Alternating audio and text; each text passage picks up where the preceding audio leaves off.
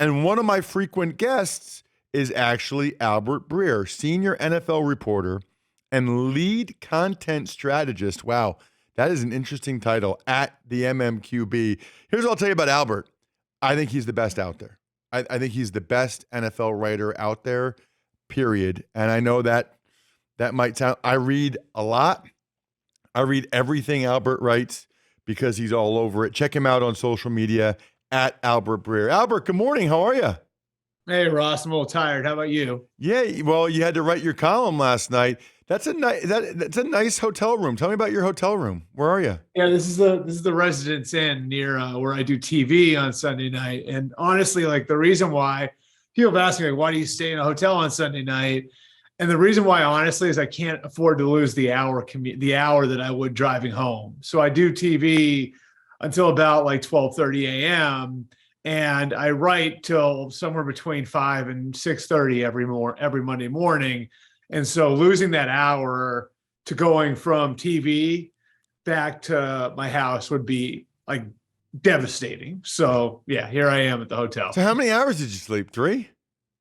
3 is about right. Yeah. I think to this morning it was like maybe like 6:45 to just before 10. So a little over 3. Wow. Love it. So I had to get up for you, Ross. I had to get up for you. I appreciate it. We're getting your fresh thoughts. I'm glad I said how much I liked you and how good I think you are. At Albert Breer, of course, on social media. All right. I want to start with the Bucks and Packers. Mm-hmm. Which loss is more concerning? Which team are you more concerned about? Brady and the Bucks or Rodgers and the Packers, and why? I feel like the Bucks are the right answer, right? Because like with the Packers, I do think that you look at the roster and you can say, okay, well, some of this is built in and some of this was planned, right? Like, so the Packers, you look at it, you say they're pacing some of their older guys back, like David Bakhtiari and Elgton Jenkins. They didn't push those guys back on the field before they were ready. They sort of paced those guys back. On defense, Jair Alexander still needs to get his feet underneath him. So I feel like the Packers have a bunch of older players that they were kind of working back onto the field. And then they're committing reps to younger players like Romeo Doubs and Christian Watson. And part of the plan in replacing Devontae Adams was we're going to go all in on some younger guys and we're going to give them time to develop. So at least with the Packers, you see a plan there where this isn't ideal by any means. Don't get me wrong, but like you could see some of the bumps coming. Whereas with the Bucks, it feels like, are they getting old? Like, you know, and you look at the inactive list yesterday, right? Like, and look who's on the inactive list. You know, it's guys like Julio Jones that where the question is how much he has left in the tank and what's Leonard Fournette going to look like at the end of the year. They're really relying on him right now. And oh, by the way, the offensive line isn't close to what it was a year ago. And you see Brady yelling at those guys in the sideline. There's no Ali Marpet or Ryan Jensen or Alex Kappa out there. I just look at the totality of the Bucks, and then you look at like where the Packers are. And it's really easy to see where the Packers could fight through this and wind up being better for going through this. Is there a scenario there, Ross, where what the Bucks are going through is like for the betterment of the team? You know what I'm saying? That's my bigger question. Probably not. It's funny though, as you talk, I always get more questions. So we didn't really ever talk about this. Is there anything Aaron Rodgers could have done to keep Devontae Adams? I guess as you're talking and you mentioned Devontae Adams replacing him, in my head, Albert, if Tom Brady was the quarterback of the Green Bay Packers, Devontae Adams would not have left. I don't care how much he likes Derek Carr or how close they are. Tom Brady would not have let him leave. Like somehow that would have happened. Does it say something about Rodgers that he wasn't able to keep Devontae Adams on some level? You know, the weird thing about it is I can still remember when all that was happening and you talk to people around Rodgers and you talk to people at the Packers and everybody almost seemed resigned to it happening. You know what I mean? Like, and I know it hadn't been public and everything else, but like, you know, when you started to kind of turn over some more rocks and you're always trying to figure out like when these big bombs go off, like how did this happen? How steady a thing this was and how like after Rodgers was so upset about the team not building for the now, you know, and how a whole part of all the drama in 2021 was, I want you to build on my timeline. I want you to build the way that the Bucs are building for Brady, where you're not worried about what the roster looks like 3 years from now. Now, all of a sudden, you're totally okay, with Davante Adams going out the door. It felt like when it happened, it was such an inevitability. You know what I mean? And so I think that was the big thing. I don't know if there was anything that Aaron could have done to stop it. Now, would it have happened if Brady was there? It's hard to say, because Brady lost guys over the years too, and you can remember how upset he was. I can go all the way back to, when they let David Gibbons walk out the door and then they trade Deion Branch. You know what I mean? That's a good point. There are a ton of examples of that where Brady was upset when guys left. For one reason or another, Rodgers seemed really at peace with this, and it seemed like an inevitability to everybody concerned, which tells me that Davante Adams had sort of been contemplating this for a while, wanting to go back to the West Coast and not just play with Derek Carr, but be closer to home too. Is Brady, we're talking with Albert Breer, senior NFL reporter, lead content strategist for the MMQB. Is Tom Brady on some level hurting his reputation or legacy a little bit? He skips 11 days during training camp, and now he skips the walkthrough Saturday. He's at Kraft's wedding Friday night. Because I was up in New England parts of 05 and 06, Albert, people ask me about him all the time, and my whole thing is he's a total psycho. He's all in, he's all in. He's not all in, Albert. This is the first year I can ever remember where he's not all in, and he's kind of hurting.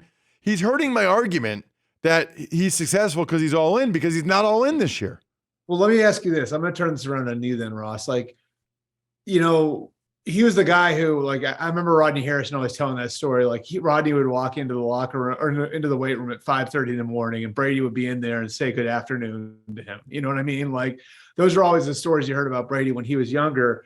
And I think Brady always had this sort of this equity, in whatever team he was on, with the amount of work he was putting in, where he could get after whoever he wanted to get after, because they knew this guy's putting in more than me. Right. Well, and really, Albert, what I always tell people is, I think the biggest reason for his success is the other guys don't want to let him down. Right. Because you know how important it is to him and how much time he puts in. You don't want to be the one that screws it up for him. So let me ask you this. If you're one of those linemen sitting on that bench yesterday, is it in the back of your head, this guy wasn't at the walkthrough yesterday? A little bit. Yeah. You're not thinking about that in the moment. And it's not like this. And it's not, and Ross, it's not like, that's the thing about it, is it's not this guy wasn't at the walkthrough because there's some important family matter. This guy was at a party in New York City on Friday night, and he couldn't be bothered to get back here for that. It was actually a surprise wedding. It was not a party. It was a surprise wedding.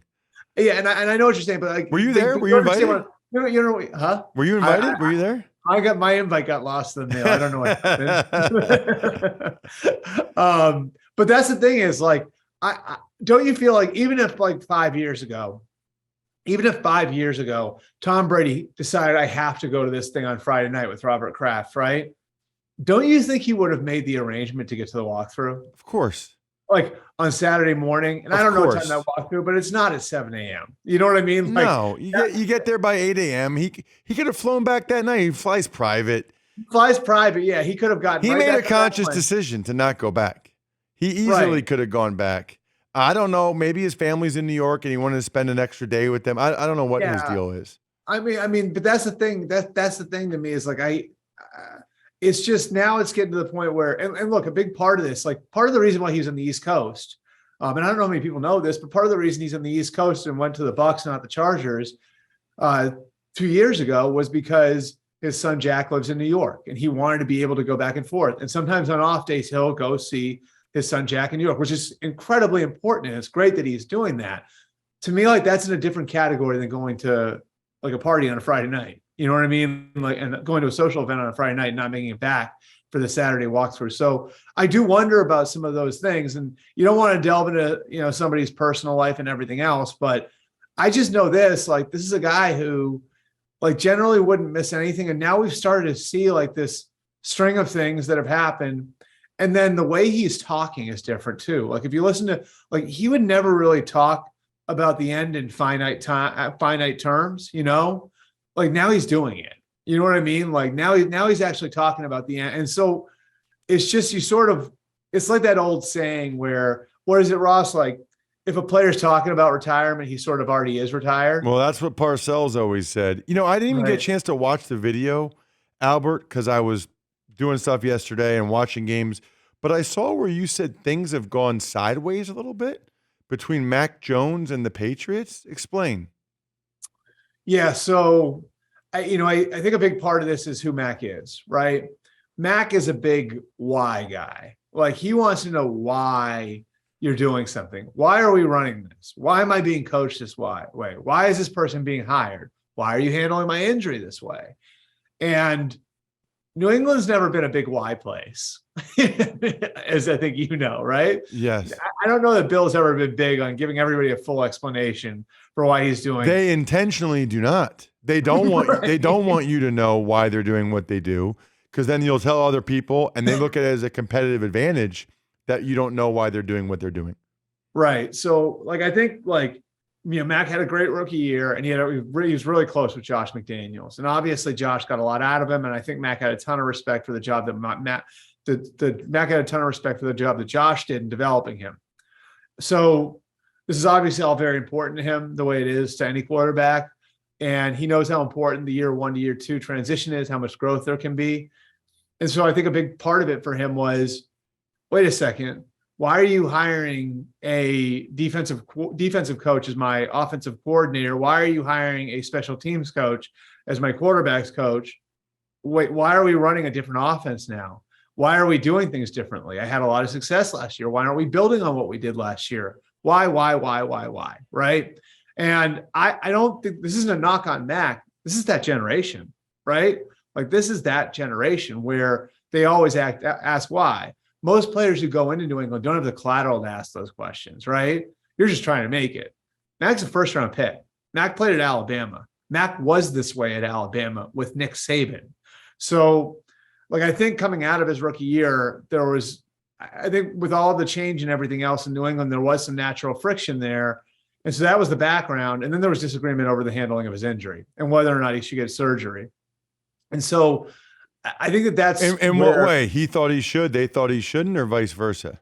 No, vice versa. They wanted him to get the tightrope. Then this is initially after he first got hurt with a high ankle sprain. It was thought to be a pretty severe high ankle sprain. And what the tightrope surgery does, it doesn't really fix your injury. It accelerates your recovery, and it makes it so you can get back on the field faster. And Max saw Jalen Hurts and Tua Tagovailoa in his position room at Alabama go through that surgery. Now, when Tua got it the second time, Tua got it twice. He came back and dislocated his hip. So he's seen guys go through this. He's seen the good and the bad of it. And he thought, I'm going to be better off just rehabbing the injury. And there was some level of disagreement there. Now, because the high ankle sprain didn't wind up being quite as severe as initially thought, it wound up being less of an issue because now he's probably going to be able to get back within the time frame that the surgery would have put him back on the field. But there was some level of disagreement on that too. And I think that's, to me, like the backdrop for the Bailey Zappi thing and why Bill Belichick refuses to say Mac's getting his job back. You notice that? Like how many times he's been asked that? Like he refuses to say Mac's getting his job back. I think Mac's getting his job back. I think that there's a little bit of a lesson being taught here where it's, look, we're putting a 4th-round rookie from Western Kentucky out there. Look what happens when he does what we tell him to. And I think to their credit, Matt Patricia and Joe Judge are doing a pretty good job with the guy, having the guy ready to go and playing this way. So I think that there's a little bit of I'd say a lesson being learned here, you know what I mean? Or a lesson being taught here where I think the Patriots would like Mac to take something from all of this. And we'll see which way this pushes the relationship between Mac and the Patriots, whether it's a good thing or a bad thing. Two quick ones. Panthers. How many guys are they trading the next couple of weeks? I don't think it's going to be a fire sale. I think one of the things that's unique about the Panthers situation is a lot of their guys would be good that they have now. And you can look at the roster, would actually be good building blocks for whoever the next coach is. Like like a lot of their best players, like Brian Burns. So the two guys they've got the most calls on are Brian Burns and DJ Moore, the pass rusher and the receiver. Burns is 24 years old. He's going into a contract year, or he's in a contract year, but they can franchise him after the year. Why would you give up a 24-year-old pass rusher, right? Unless you're getting something phenomenal in return. DJ Moore, same thing. I think he's 25. He's on a pretty team-friendly contract now. They just signed him to an extension. So why would you get rid of a number one receiver on a team-friendly contract with term left? The guys who are younger than that are on rookie contracts. Ike Ekwonu, J.C. Horn, Derek Brown. Those guys are on rookie contracts. So there's no reason to trade those guys. You have really good players on cheap deals for the next few years. And so I think a lot of the guys that they're getting calls on are guys that would be good for the next coach to have and might help you lure the next coach, might make your job attractive to the next coach. So I think that the number of guys that they really be motivated to look at moving is pretty limited. And it'd be a Robbie Anderson who, I mean, maybe they're going to probably put him out on the corner like a couch in college after what happened yesterday. And then, I mean, the other one would be Christian McCaffrey, who's interesting because he's like he is the type of guy you would move if you were that franchise, because he's an aging running back. And how much is he going to have left when the next coach is ready to win and all of that? But he's the face of the franchise. And how much are people really willing to give up for him too, is a whole other question. Yeah. I don't think that's the thing is Ross is like, if somebody throws you like a third round pick or a fourth, is that worth it? Or would you rather give Steve Wilkes a chance to win with Christian McCaffrey? You know what I mean? Like, I think it's a fair question to ask. Thank you, Albert. Check him out on social media at Albert Breer. Make sure you check out his column. He just slept 3 hours so that you could have an awesome column and he could come on the show. Thank you, man. Really appreciate it. All right. Thanks, Ross.